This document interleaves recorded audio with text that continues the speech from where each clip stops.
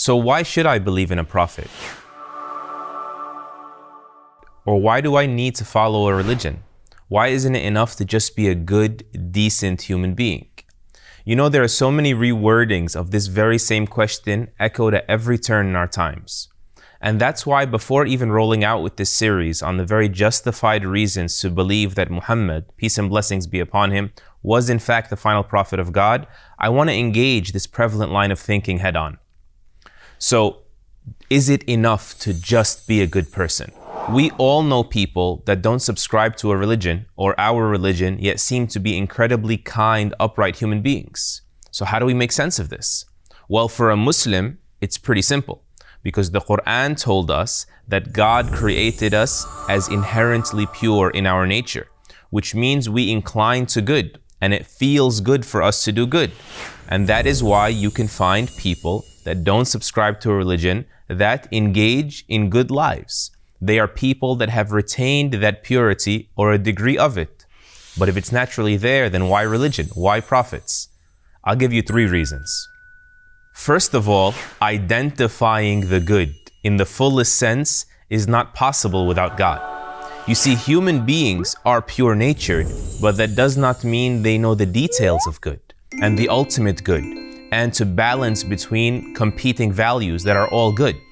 Even the sharpest minds in human history, moral philosophers, they have failed to agree on what is the ultimate balanced good for all of humanity.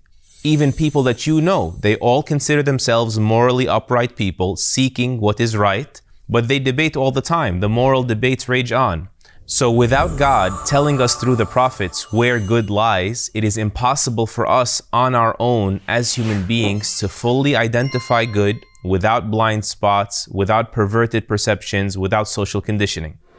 On their own, people, even with good intentions, could choose to live by certain principles in their lives that they assume are good, but then there's a blind spot. There's something they don't notice, and it stays hidden, kind of like cancer, that only surfaces when it's too late to repair it.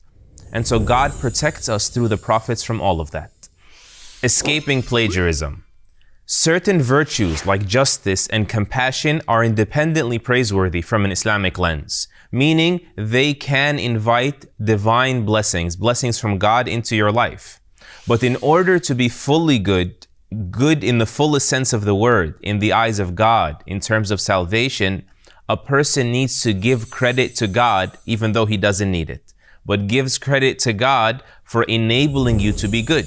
Who gave you your mind, who gave you the wealth by which you are charitable, who gave you the heart by which you are compassionate. All of this came from him.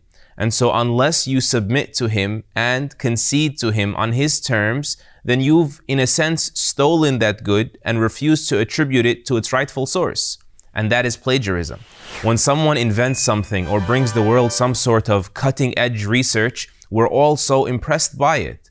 But if we find out that he stole it from someone else's works without giving them due credit, we don't see this as admirable anymore. We see this as what? As condemnable, prosecutable.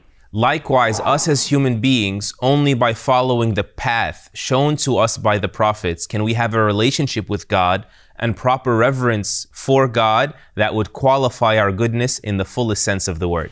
Number 3, being good to yourself.